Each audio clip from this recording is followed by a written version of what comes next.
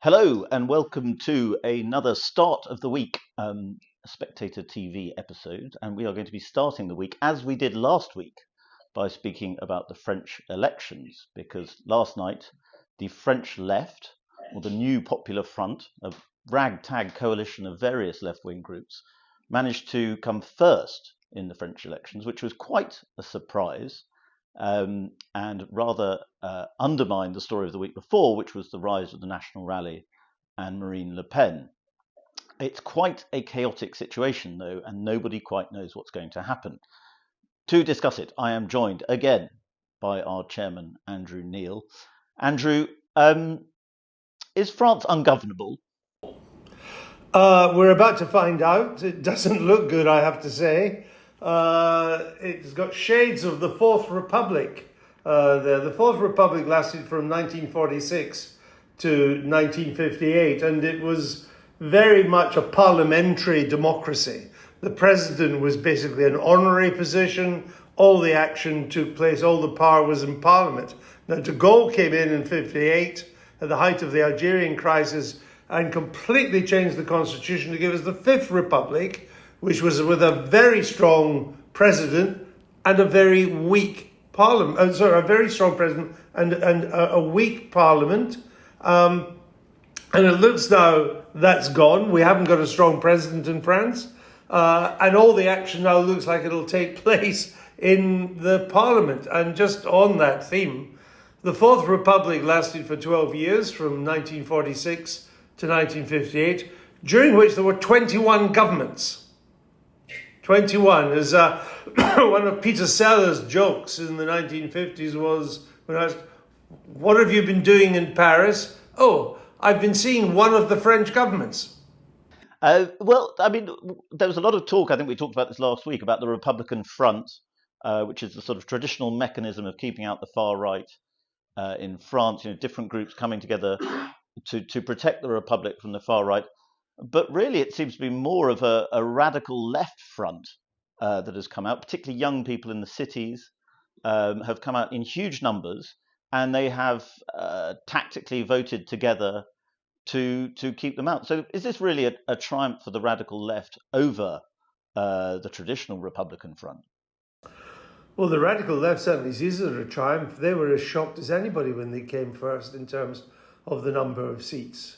Because the National Rally still got by far the biggest share of the vote. But because of people ganging up against the other non-National Rally parties ganging up against them, that share of the vote was not translated into seats. I mean, it is always the case in the second round that all the other parties gang up against the National Rally.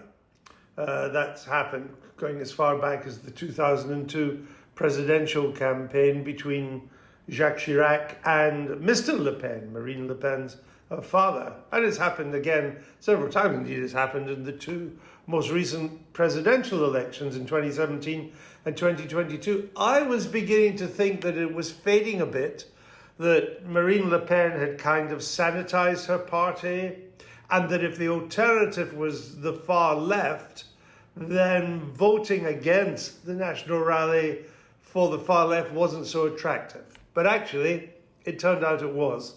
It turned out to be just as effective as to gang up against the National Rally and dish them.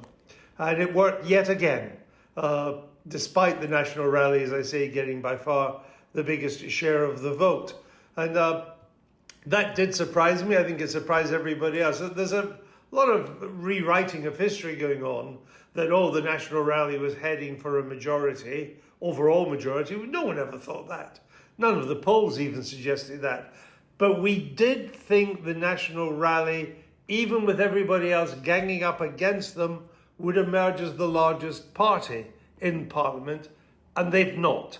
The left group has ended up as the largest grouping, not party, but grouping within it, followed by the centrists with Mr. Macron, followed third by the National Rally. That's a bad result. I would just say one thing, though, on this, that a lot of the commentary, particularly the commentary from the UK, the British Commentariat, which frankly doesn't really know very much about French politics, has regarded that I see a lot of them saying, "Oh, Macron's gamble has paid off.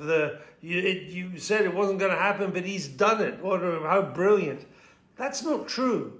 It is true that the second round has stopped the National Rally from becoming the dominant party, but it's the price of that is still a complete dog's breakfast.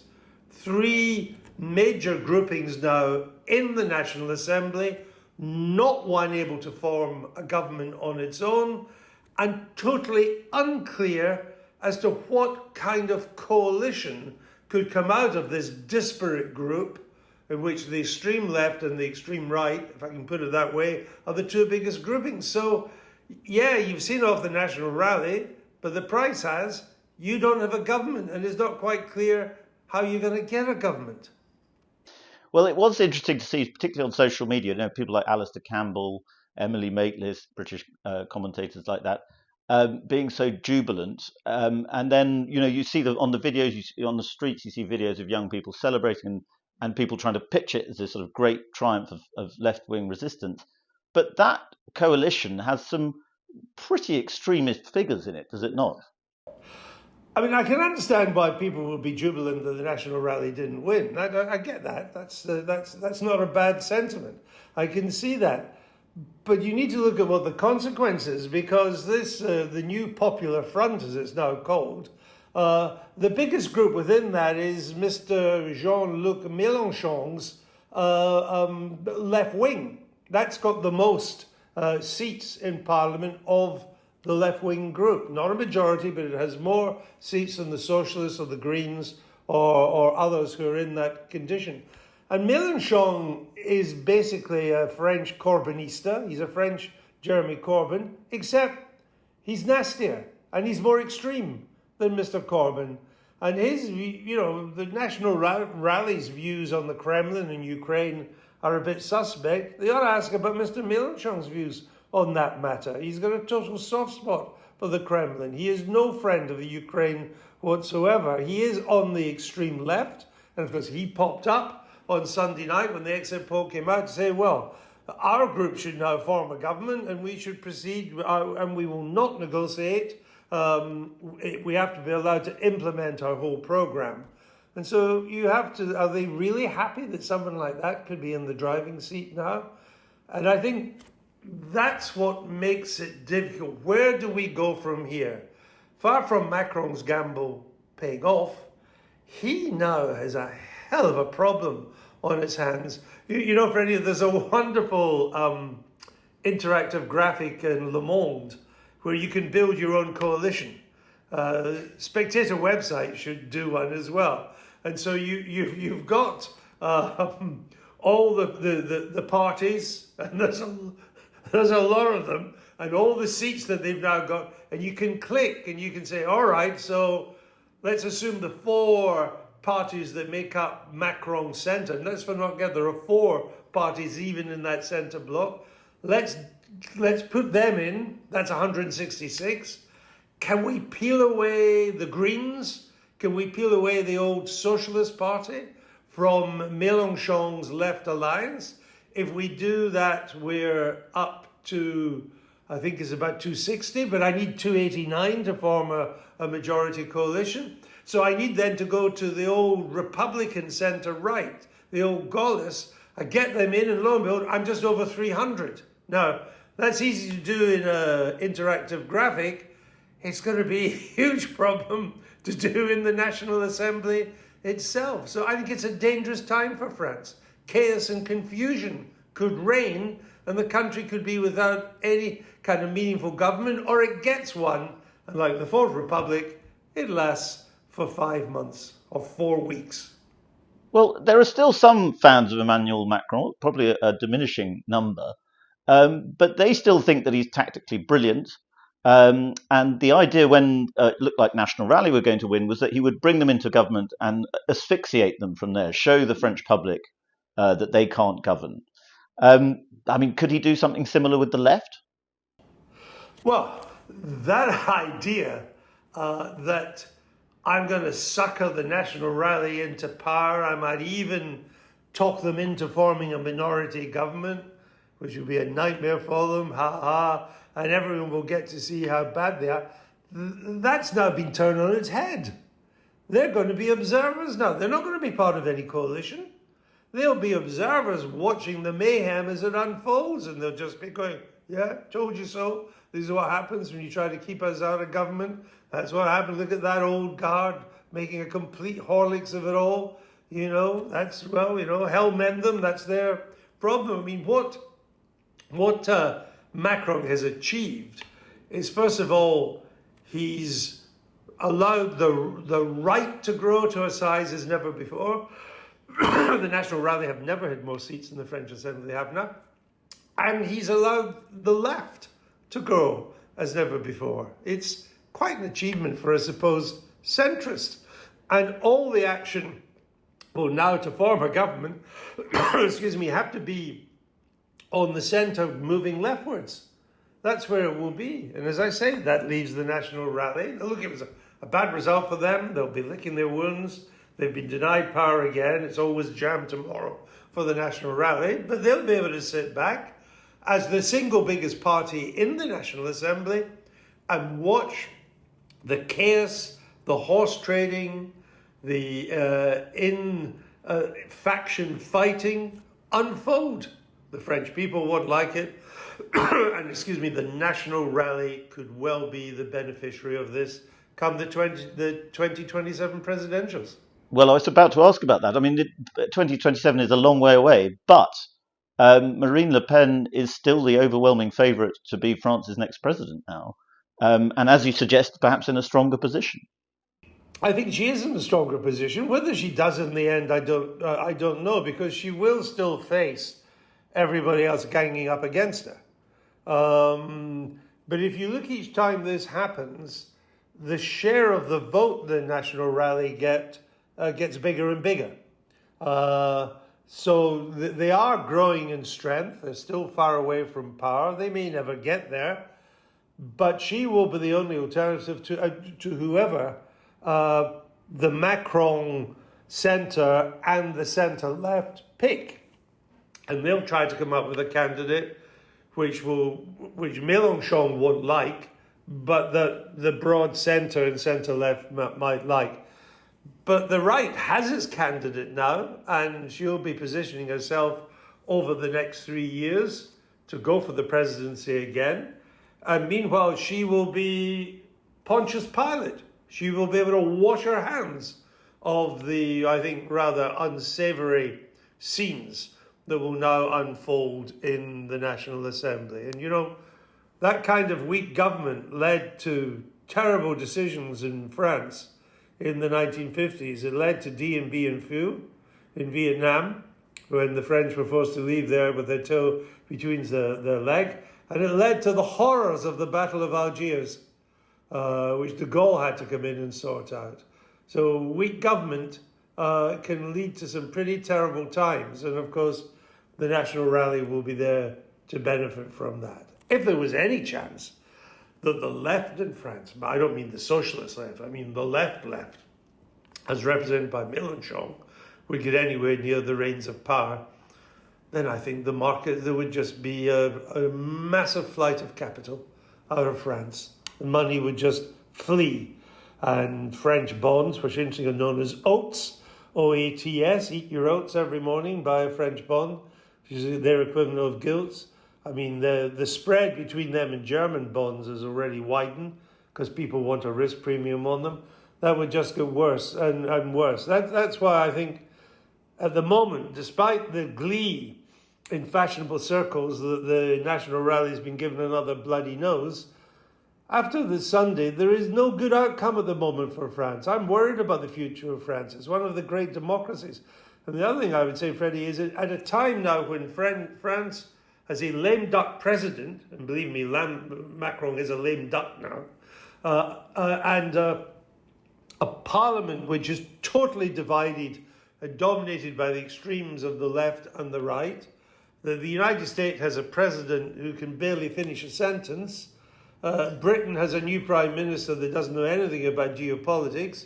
and Germany is run by a chancellor who's on his way out, this is not a good time for Western leadership. And France, as the only other nuclear power in Europe, should be one of the leaders of the anti-Kremlin alliance, of seeing off the Russians in Ukraine. And, you know, the ideas for Europe, the recent ideas, one of introducing Euro bonds, so Europe borrows at a European Union level, and the other of strategic autonomy, that Europe becomes less dependent on America, particularly if it's a Donald Trump America, because it would not then be dependable. These are two main ideas that were made in France. You're going to get no more of that coming out of Paris now. And so the other big loser then is the European Union, is it not? Because you'll get capital flight out of France, for one thing, as you mentioned. But you also have the radical left in France is as anti-European as the far right. I mean, how will that play out? More so, indeed, yeah. And more so. I mean, you ought to see what Mélenchon says about the Germans. I know you're absolutely right. Which is why the kind of British chattering class cheerleading is just steeped in ignorance. The fact is, as you say, the Mélenchon's left is just as Eurosceptic as Le Pen's National Rally. And it means that the two biggest groups in Parliament are now increasingly Eurosceptic. They are anti-Brussels on the left and the right. They are anti-ever closer union. They are anti the kind of Eurobond financing I was talking about. They're anti-strategic autonomy because they believe in national defence, not in any kind of European-wide defence. They're anti-net zero. They're anti just about everything the British chattering classes stand for. So why? And the French Parliament will be dominated by these sentiments. So why you would cheer that just beggars belief. And it means that this is a serious time, a dangerous time for France, but it's a serious and dangerous time for Europe. It is a more dangerous threat to the European Union than Brexit ever was. And they are also united, the left and the right, the far left and the far right in France, by a distrust, even a hatred of America, and capitalism. They are united by a kind of anti-capitalism, even if they hate each other. And do they see Europe as part of that sort of neoliberal agenda? They do. It's one of the reasons they don't like Europe. And of course, they don't like free movement and they don't like open borders. And although none of them has been stupid enough to say we're going to pull France out of the European Union or even we're going to leave the euro, because they may be quite stupid, but they're not so stupid that they don't realize that French people want their pensions to be paid in euros. So they've dropped all that as well. But they combine this kind of anti-Brussels feeling with a visceral anti-Americanism, while being rather sympathetic to the Kremlin. Being rather liking Mr. Putin, rather liking Russia, and so on. So I think that is and that's true, as you say, on the left and the right. And in economic policy, they are both basically socialist, quite hardline socialist. Naturally, the Mélenchon is a socialist economic policy, but the National Front's economic policies are pretty socialist too. Massive government spending, wealth taxes, control of the big corporations, huge increases in minimum wage, all of which would destroy the French economy and any chance of economic growth and a return to increased prosperity again. So the prognosis is gloomy there, and they're about to try and push all this, because, by the way, the National Rally will side with the left when it comes to increasing government spending, or saying we're not spending any more weapons to Ukraine, or increasing the minimum wage, or maybe even a wealth tax. They will conspire on that. There could be big majorities in the Assembly for that. And yet all this is going to be pushed onto an economy already in special measures with the European Union, already with a deficit that is a a national debt that is 111% of GDP, the biggest structural deficit. I won't go into what that means, but it means it's very hard to get rid of. The biggest structural deficit of a major economy in the European Union, and a stubborn annual budget deficit of around 5%, which would rise enormously if either the National Rally or Mr. Mélenchon's people ever got their way. Well, Emmanuel Macron thinks of himself as a great man of history, might think of himself as another de Gaulle. Is it journalistic hyperbole? We've mentioned the idea on the Spectator's website, so I hope you're not going to say it is journalistic hyperbole. But to suggest that we might be looking towards a sixth republic, and if so, could Macron use the crisis, as some people have suggested, to say I need to stay on as president and form a sixth republic? No, because there would be revolution in the streets. He is so unpopular. He's hated by everybody. All the even his own candidates were taking his picture off their election literature when campaigning to be elected. That can't happen. It is very difficult to get a new constitution, and to be able to do it, you need someone with authority. The Fourth Republic was basically a version of the Third Republic that had existed during the war, which also had weak government and overbearing parliaments, which was continued after 1945. So it wasn't really starting from scratch. The Fifth Republic was revolutionary in constitutional terms, but you had a General de Gaulle, and whatever Mr. Macron may think he's Jupiter, and that may be fine dealing with the gods, but he ain't no General de Gaulle dealing with the French. And don't forget, that Fifth Republic was brought in at a time when France was lurching dangerously on the brink of civil war over Algeria. There were paratroopers preparing in Algeria, getting ready to drop into Paris. And there were traitors in the army. There was rebellion, indeed, when de Gaulle became president. Some of them were rounded up and they were shot or hung as traitors.